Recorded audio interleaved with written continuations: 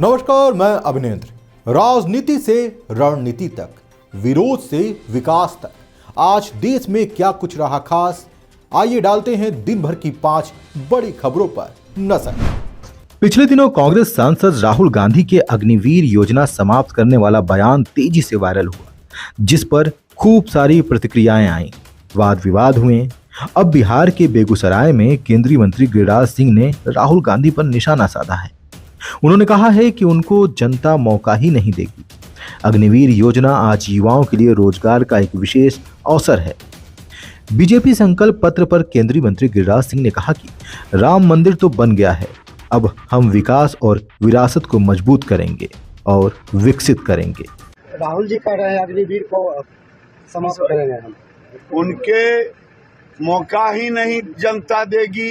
अग्निवीर आज युवाओं के लिए एक विशेष अवसर है रोजगार का। इस मैनिफेस्टो में जो भाजपा ने जारी किया है, इसमें कहा कि राम मंदिर मुद्दा नहीं बनाया है, क्योंकि राम मंदिर तो बन गया,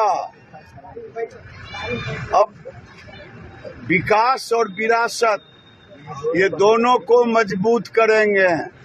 भी रहेगा विकास और विरासत, विरासत बार बार कह रहा हूँ, विरासत हमारी जो है उसको हम विकसित करेंगे।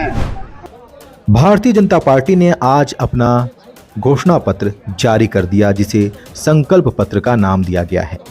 बीजेपी ने अपने संकल्प पत्र में कई सारी बड़ी बड़ी बातें की हैं।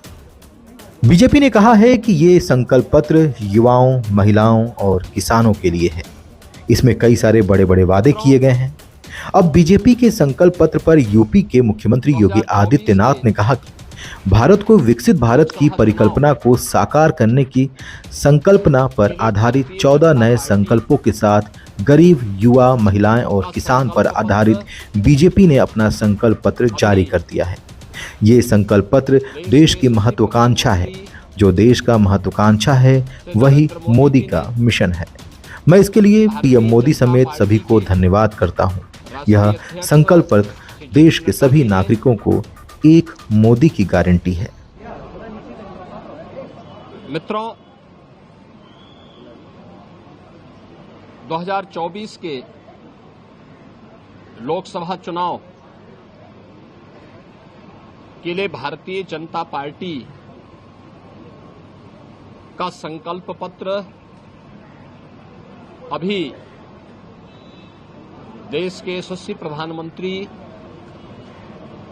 से नरेंद्र मोदी जी ने, भारतीय जनता पार्टी के राष्ट्रीय अध्यक्ष श्री जेपी नड्डा जी ने, संकल्प पत्र निर्माण समिति के अध्यक्ष रक्षा मंत्री माननीय श्री राजनाथ सिंह जी ने और गृह मंत्री माननीय श्री अमित शाह जी ने जारी किया है। देश को, भारत को विकसित भारत की परिकल्पना को साकार करने की संकल्पना पर आधारित 14 नए संकल्पों के साथ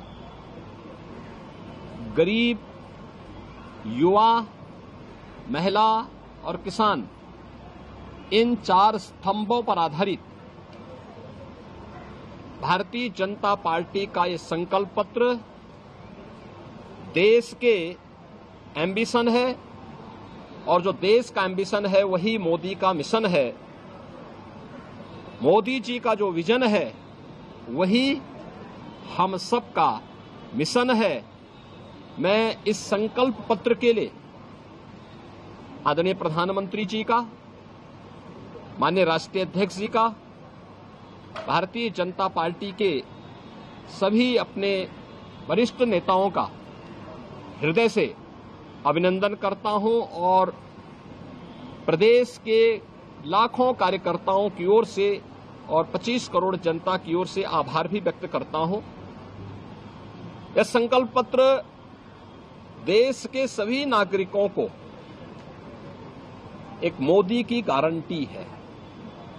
गारंटी डिग्निटी ऑफ लाइफ की, क्वालिटी ऑफ लाइफ की, क्वालिटी ऑफ अपॉर्चुनिटी की, क्वालिटी ऑफ अपॉर्चुनिटी की अपेक्षा को पूरा होने की गारंटी है। यानी मोदी की गारंटी का मतलब बिना भेदभाव के हर तबके के लोगों को लिए सबका साथ और सबके विकास के भाव के साथ आत्मनिर्भर भारत के माध्यम से विकसित भारत की संकल्पना को आगे बढ़ाना। इस संकल्प पत्र में जो 4 आधार बनाए गए हैं वह है युवा, महिला, अन्नदाता किसान और गरीब। इन चारों के उन्नयन के लिए कार्य करना। आपने देखा होगा कि पिछले 10 वर्ष में 25 करोड़ लोग गरीबी रेखा से उभर करके उनके जीवन में परिवर्तन आया। हमारा जो युवा के लिए अनेक योजनाएं प्रधानमंत्री मोदी जी के नेतृत्व में जारी हुई, वे पीएम स्टार्टअप की योजना हो, पीएम स्टैंडअप की योजना हो, प्रधानमंत्री मुद्रा योजना हो या रोजगार से जुड़े हुए अन्य सभी कार्यक्रमों के साथ साथ निवेश को नौकरी के साथ जोड़ने के अलावा अन्य अनेक रोजगार और नौकरी की संभावनाओं को विकसित करने के कार्यक्रम को भी इस संकल्प पत्र में स्थान दिया गया है। महिलाओं के लिए आपने देखा होगा 10 करोड़ महिलाओं को महिला स्वयंसेवी समूह के माध्यम से स्वावलंबन की ओर अग्रसर करने के साथ ही अब अगले 5 वर्ष के एक नए विजन के साथ उनके जीवन में व्यापक परिवर्तन को आधार बनाने का कार्य हुआ है। हर एक सेक्टर को छूते हुए इन 4 आधार स्तंभों को ध्यान में रख करके भारतीय जनता पार्टी ने अपना यह लोक कल्याण संकल्प पत्र जारी किया है। यह संकल्प पत्र मोदी की गारंटी के माध्यम से आत्मनिर्भर भारत और विकसित भारत की संकल्पना को पूरा करेगा, इसमें कोई संदेह नहीं। यह अवश्य पूरा होगा और इस अभियान को जो एक विजन संकल्प पत्र के माध्यम से दिया है, इसको भारतीय जनता पार्टी का कोटि कोटि कार्यकर्ता अपने जीवन का मिशन बना करके विकसित भारत की संकल्पना को साकार बनाने का कार्य करेगा। देश की आशा और आकांक्षाओं को पूरा करने में अपना पूरा योगदान देगा। जनता जनार्दन का आशीर्वाद इस संकल्प पत्र के अनुरूप भारतीय जनता पार्टी को प्राप्त होगा, यह हमें पूरा विश्वास है। धन्यवाद। जय हिंद। लक्षद्वीप फिलहाल तो अपनी खूबसूरती और पर्यटन की वजह से चारों ओर चर्चा में है, लेकिन आज हम बात करने वाले हैं सांप्रदायिक सौहार्द की उस तस्वीर की जो देश भर के हिंदू मुसलमान भाइयों को एकता का संदेश देती है। दरअसल लक्षद्वीप के पूर्व सैनिक पीपी चेरिया कोया सालों से धार्मिक एकता का एक बेहतरीन उदाहरण पेश करते आ रहे हैं। उन्होंने मुस्लिम होते हुए भी हिंदू भाइयों के लिए हिंदू देवताओं की मूर्तियां अपने हाथों से तैयार की हैं। मेरे को सभी जो हिंदू लोग जितने भी मेरे दोस्त लोग होते मेरे क्लासमेट से उन लोगों से उनके साथ मैं बड़ा हुआ हूँ, इसलिए उन लोगों से बहुत प्यार शुरू से हो गया।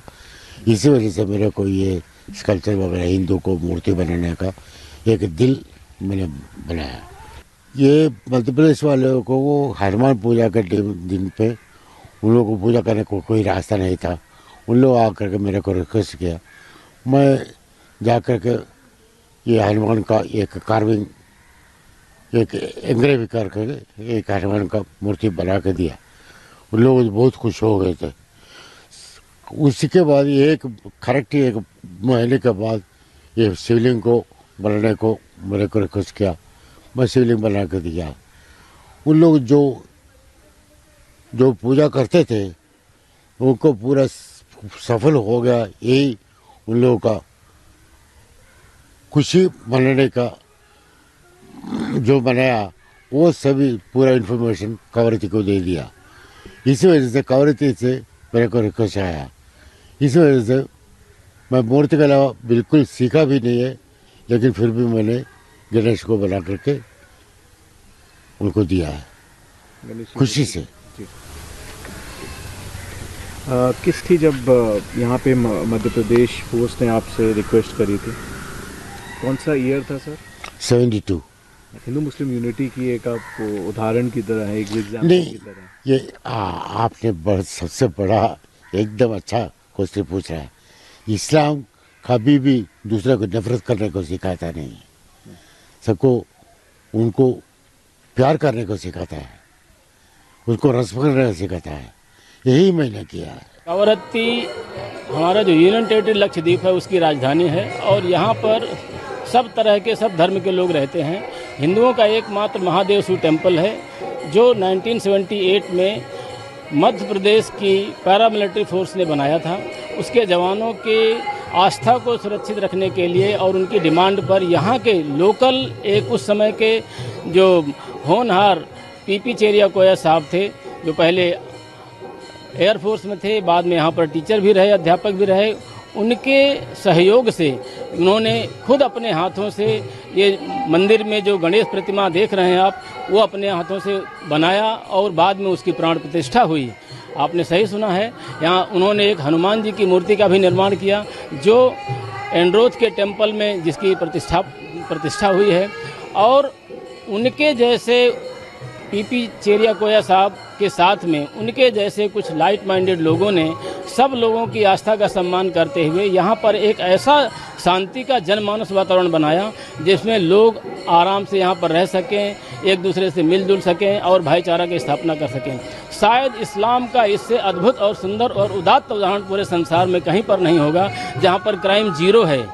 नहीं केवल अपने ही धर्म में, ना कि दूसरे धर्म के साथ किसी के साथ कोई द्वेष भाव नहीं है, बल्कि हमारे हर काम में वो लोग हमेशा बढ़ चढ़कर भाग लेते हैं। यही भारतीय संस्कृति है जिसका हमें सम्मान करना चाहिए और इसी गौरव को और आगे बढ़ाना चाहिए। मैं इंडिया रिजर्व बटालियन में यहाँ पर सर्विस करता हूँ और हम लोग यहाँ पर मंदिर की सेवा भी करते हैं, ड्यूटी के साथ साथ सेवा भी करते हैं। और सबसे बड़ी खुशी की बात है कि ये मंदिर 1978 में बना था। ये MPSF यहाँ एक फोर्स थी, वहाँ पर उन लोगों ने पहले ये मंदिर बनाया। फिर जब हम लोग यहाँ पर आए तो फिर ये मंदिर हैंड ओवर किया जाए और हम लोग IR बटालियन हम लोग पूरा मिल करके, पूरे हमारे सब साहब लोग, ऑफिसर, सभी लोगों ने मिल करके बड़ा खुशी से हम लोग यहाँ पर पूजा पाठ करते हैं। हर एक शनिवार को यहाँ पर भजन भाव, जिस तरह से आपने देखा कि यहाँ पर प्रसाद और भजन भाव का भी, कीर्तन का भी आयोजन करते रहते हैं।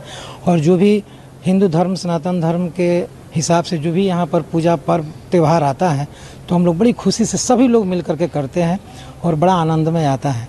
ऐसे भी ज़मीन से हम लोग 400 किलोमीटर तकरीबन यहाँ पर समुद्र के अंदर हम लोग इस टापू पर बसे हुए हैं, तो एक मंदिर ही हम लोग के लिए इतना अच्छा यहाँ पर एक वरदान है, जो हम लोग सारे ऑफिसर्स से लेकर के छोटे रैंक, बड़े रैंक से लेकर के सभी लोग आकर के अपना भजन भाव और आनंद लेते रहते हैं। सुबह पूजा, शाम पूजा और विशेष पूजा जो किसी दिन या किसी को कराना होता है, वो लोग यहाँ पर आकर के अपना पूजा कराते हैं। और भगवान शिव की महिमा इतनी बढ़िया है कि जो यहाँ पर दिल से जो मांगता है उनका 101% यहाँ पर उनका पूरा होता है मनोकामना। ऐसे हम लोग 25 साल से यहाँ पर तकरीबन यहाँ पर देख रहे हैं और जिसको जो मनोकामना मन में रखा वो सारी चीज़ें पूर्ण होती है। तो बड़े भाग्यशाली हम लोग हैं कि इस जगह पर आ कर के भी और हम लोग इतना अच्छा मंदिर में सेवा करने का मौका भी मिलता है, अपने ड्यूटी के साथ साथ काम करने का मौका मिलता है। बहुत ही अच्छा लगता है सर। मंदिर में एक हमने भी सुना कि गणेश जी की मूर्ति है जो एक पूर्व मिलिट्री के सर रहे हैं, उन्होंने खुद स्कल्प्ट किया है उसको। जी सर, बिल्कुल सर। ये जो अभी आप देख रहे हैं हमारे गणेश जी की मूर्ति यहाँ पर, तो उन्होंने ही पहले ये अपने हाथों से इस तरह से बनाया था। तो यहाँ पर कोई ऐसा मिस्त्री या कोई ऐसा कारीगर नहीं थे जिसको एकदम पूरे रूप में बनाया जाए, लेकिन फिर भी उनके मन के इतने लालसा था, इतना मन में इतना था कि अपने आप सोचते गए। और देख ही रहे हैं आप, सामने मंदिर है गणेश जी का और उन्हें इसका रूप का बहुत ही अच्छी तरह से बनाए और फिर प्राण प्रतिष्ठा हुआ और बहुत ही अच्छा हुआ। और मंदिर का पूजा पाठ आप देख ही रहे, बड़ा अच्छा से होता है। 19 अप्रैल को अंडमान और निकोबार में एक ही चरण में चुनाव होने वाले हैं। वोटों की गिनती अन्य सभी राज्यों के साथ 4 जून को ही की जाएगी। अब अंडमान निकोबार में सुरक्षा व्यवस्था भी मजबूत की जा रही है। जी हां, आपको बता दें कि केंद्र शासित प्रदेश में केवल 1 लोकसभा सीट है, 2019 के लोकसभा चुनाव में अंडमान और निकोबार द्वीप समूह लोकसभा निर्वाचन क्षेत्र केंद्र शासित प्रदेश की एकमात्र संसदीय सीट पर भारतीय राष्ट्रीय कांग्रेस के कुलदीप राय शर्मा ने 95,308 वोटों से कब्जा किया था। मतदान प्रतिशत 65.18 रहा, जिसमें 16 उम्मीदवार चुनाव लड़ रहे थे। अब एक बार फिर लोकसभा चुनाव 2024 का आगाज हो चुका है और 19 अप्रैल को अंडमान और निकोबार में वोटिंग होने वाली है, जिसको लेकर सुरक्षा व्यवस्था मजबूत कर दी गई है, सुरक्षा व्यवस्था और कड़ी कर दी गई है। तैयारियां जोर शोर से चल रही हैं। निर्वाचन आयोग की गाइडलाइंस के अनुसार जो हमें अपनी पोलिंग पार्टीज को ट्रेन करना था, उन सब की सारी राउंड्स ऑफ ट्रेनिंग कंप्लीट हो गई है। हमारे मशीन्स की जो प्रेपरेशन होनी थी, वो मशीन्स की प्रेपरेशन भी पूरी हो चुकी है। उसके साथ साथ जो हमें आचार संहिता को इम्प्लीमेंट करने के लिए जो हमें कदम उठाने थे, वो सारे कदम हमारी सारी टीम्स बन चुकी हैं। वो 24 घंटे दिन रात सड़कों पर हर जगह चेकिंग कर रही हैं। उसके अलावा जो निर्वाचन आयोग ने इस बार आईटी एप्लीकेशंस पे बहुत एम्फसाइज किया है, वो सारी आईटी एप्लीकेशंस पर हम लगातार निगरानी बनाए हुए हैं। और साथ ही साथ हम जो लोगों में चुनाव के प्रति और इलेक्शंस के प्रति जो जागरूकता बढ़ाने वाली जो सारी चीज़ें हैं, जो सारी कार्रवाइयां हैं, वो भी हम कर रहे हैं। तो इस बार उम्मीद है कि लोग बढ़ चढ़कर हिस्सा लेंगे और चुनाव बहुत ही निष्पक्ष और अच्छे तरीके से हम अंडमान निकोबार में करवाएंगे। हमारे यहाँ पर संवेदनशील जो बूथ हैं वो लगभग 45 के करीब हैं। हालांकि इस पार्लियामेंट्री कॉन्स्टिट्यूएंसी में कुछ लॉ एंड ऑर्डर का ऐसा कुछ मुद्दा नहीं रहता है, पर कुछ छोटे मोटे किस्से कभी कभी हो जाते हैं, तो उनको मद्देनजर रखते हुए हमने कुछ बूथ्स को सेंसिटिव डिक्लेयर किया है। अकॉर्डिंगली हमने सीआरपीएफ की कुछ कंपनियां भी मंगवाई हैं। हमारे पास टोटल पूरे पार्लियामेंट्री कॉन्स्टिट्यूएंसी में कुल 6 कंपनियां हैं और उसके साथ साथ हमारी पुलिस फोर्स पूरी चुस्ती से हर जगह तैनात है।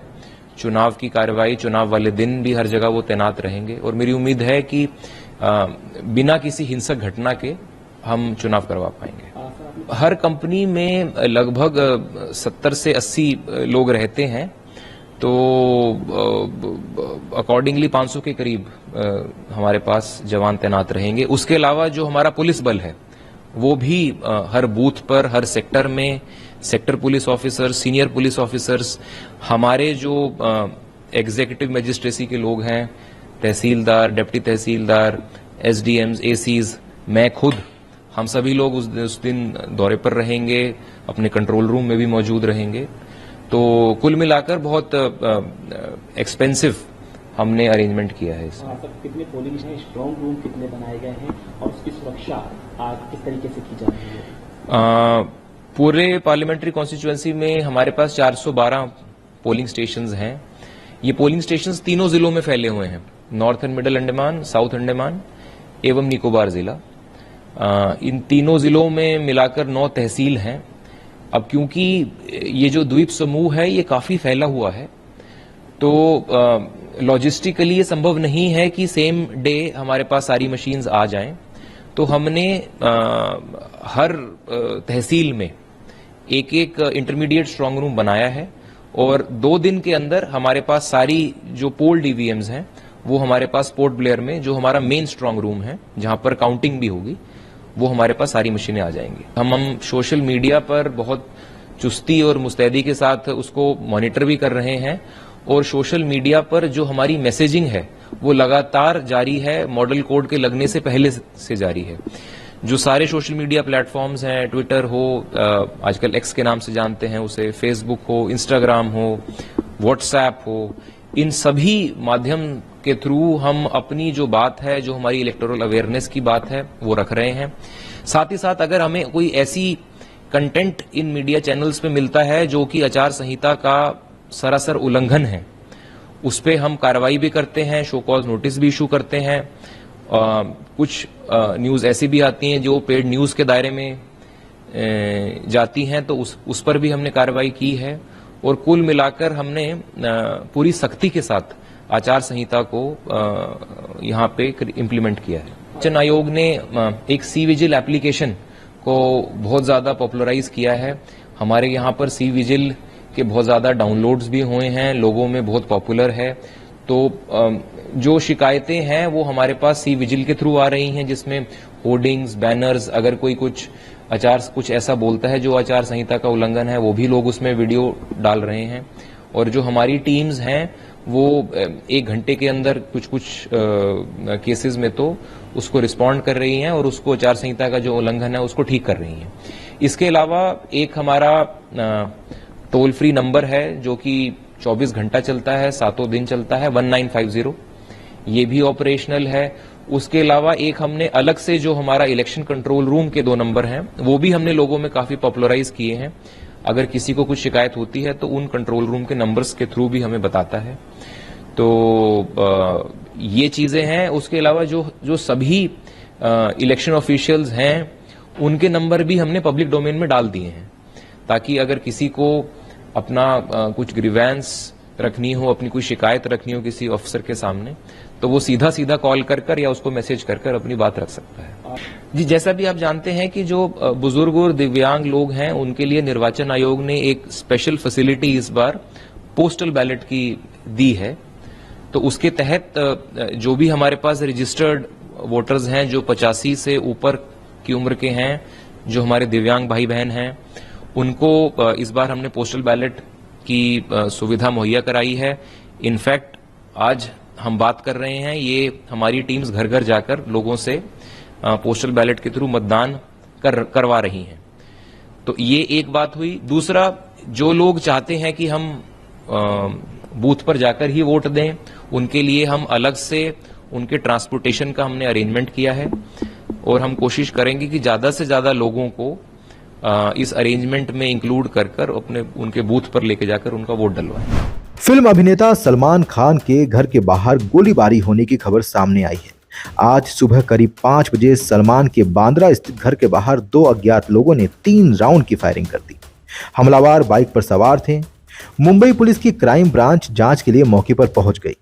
पुलिस ने कहा कि अभिनेता के घर के बाहर सुरक्षा बढ़ा दी गई है, लेकिन सवाल यही है कि सलमान खान के घर पर आखिर फायरिंग किसने की, उसका मकसद क्या था। अब इन सभी सवालों का जवाब पुलिस तलाश रही है और जांच कर रही है। सलमान खान के घर हुई फायरिंग पर पुलिस अधिकारी का क्या कहना है, आइए सुनते हैं।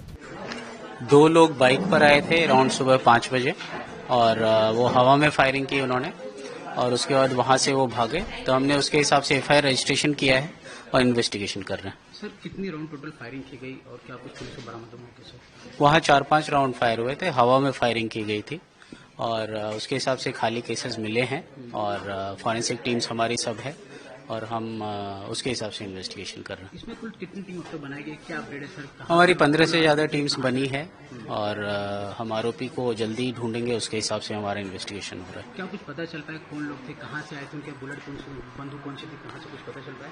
जी, फिलहाल आरोपी अभी तक नहीं मिले हैं, हमारी टीम्स लगी हुई है। जब वो मिलेंगे तब हम बता सकते हैं। कुछ मकसद पता चल पाया सर, क्या वजह थी इसके पीछे फायरिंग करने की, कुछ वजह पता चल पाया? जी, फिलहाल हम नहीं बता सकते इसके बारे में, बट आरोपी का मिलना, उसके हिसाब से हमारा फर्स्ट जो है वो हम कर रहे हैं अभी, और जब मिलेंगे देन वी विल नो मोर। क्या इस घटना में कोई फायरिंग, कोई घायल हुआ है जिस प्रकार से फायरिंग की गई? जी, इसमें कोई भी घायल नहीं हुआ है, हवा में फायरिंग की गई। कितने लोग का बयान दर्ज किया इसमें सर आपने, क्योंकि हालांकि मामला सलमान खान से लेके तब तक कितने लोग? जैसे टीम्स लगी हुई है, जहाँ पर जैसी जरूरत है उसके हिसाब से इंट्रोगेशन स्टेटमेंट्स वो सब हो रहे हैं। क्या लॉरेंस बिश्नोई, हालांकि हमने देखा इसके पहले सलमान खान को धमकी और मामला कॉल आया था, थ्रेट आया था, क्या उस एंगल से बात हो रही है? वो पहले का फैक्ट है, अभी रिसेंट जो आज का केस है उसके लिए कुछ भी ऐसा अभी रिकॉर्ड पर नहीं है। जब ये फायरिंग हुई, क्या सलमान खान इनके फैमिली वहाँ पर मौजूद थे घर में जब ये फायरिंग की गई? ये उनकी टीम बेटर बता सकती है।